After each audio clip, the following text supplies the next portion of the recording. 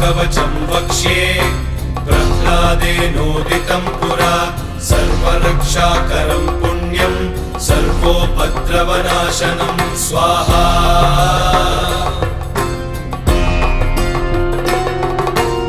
सर्वसम्पत्करं चैव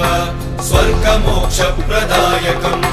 ध्यात्वा नृसिंहं देवेशं हेमसिंहासनस्थितं स्वाहा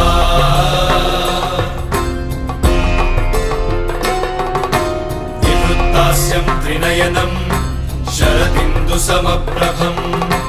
लक्ष्म्यालिङ्गितवामाङ्गं विभूतिभिरुपाश्रितं स्वाहा